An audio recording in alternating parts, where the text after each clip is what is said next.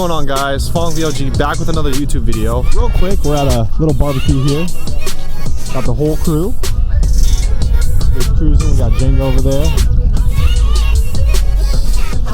As you guys can tell from the title, this is something that actually was suggested, and I know there's not a lot of videos about it out there, and I'm trying to make this short and sweet, but I want to show you guys how to fully disable your VSA. So for this tutorial, I thought instead of myself doing it, we're gonna have my buddy Dustin, who's actually going on deployment here. This is his car right here, guys. Give you guys a little walk around.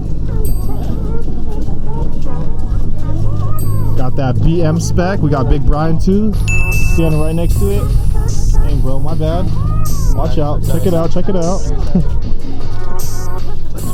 The taillights are over here.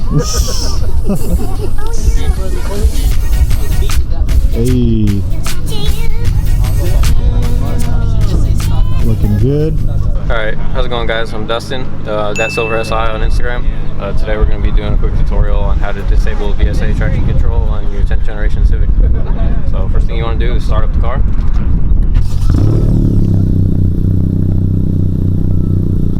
And then you want to take your parking brake off.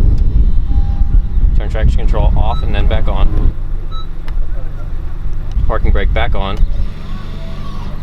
Release the brake. Traction control off. Back on.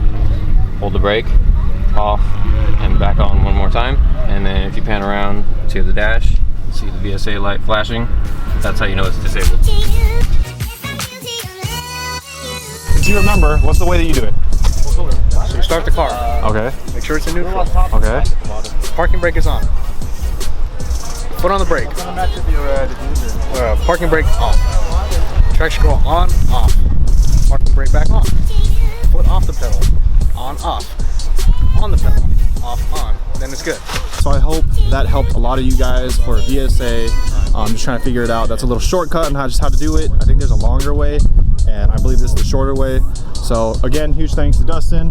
Have fun on deployment, man. I'll see you when you get back. All right, guys. Well, thank you very much. As always, keep grinding, stay humble. Yeah, that.